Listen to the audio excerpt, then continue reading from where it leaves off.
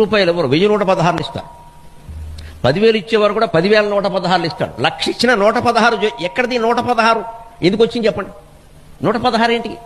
కొంతమంది పాపం తెలియక అనుకుంటారు చివరి 0 ఉండకూడదండి. అది కాదు, 0 ఉంటే నష్టమే లేదు. వెనక నిజాం నవాబు గారు ఉన్నప్పుడు అన్ని ప్రాంతాల నుంచి పండితులు వస్తూ ఉంటే వాళ్ళకి 100 రూపాయల సంభావన ఇచ్చేవారట. ముఖ్యంగా ఆంధ్ర ప్రాంతం నుంచి వచ్చేవారు. అక్కడేమో బ్రిటిష్ వారి పరిపాలన, ఇక్కడేమో నిజాం పరిపాలన. ఇక్కడ కరెన్సీ వేరు, అక్కడ కరెన్సీ వేరు.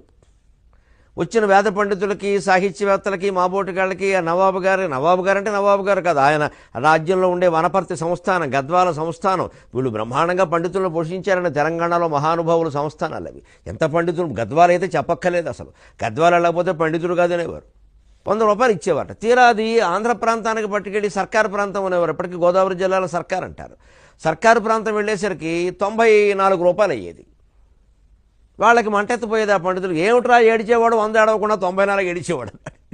వచ్చిన ఇబ్బంది ఏమిటి, ఈయన ఇవ్వడం 100 ఇచ్చారు ఇక్కడ. కానీ అక్కడికి వెళ్ళేసరికి అది నాణ్యం చెల్లక కరెన్సీలో తేడా, అమెరికాకి మనకి డాలర్ తేడా ఉన్నట్టే అక్కడ తేడా కారణంగా 6 రూపాయలు తక్కువ వచ్చి 94 వస్తుంటే తర్వాత ఎవరో ఈ బ్రాహ్మణుల యొక్క అసంతృప్తిని ఈ రాజులకు తెలియజేశారు, ఈ సంస్థానాధిపతులకి.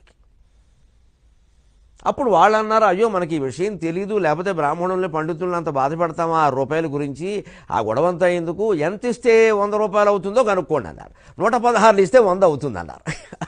అక్కడి నుంచి 116 ఇవ్వడం అనేది తెలంగాణలో నిజాం నవాబు పాలనలో వనపర్తి, గద్వాల వంటి సంస్థానాల్లో పండిత పోషణ కారణంగా ఏర్పడింది.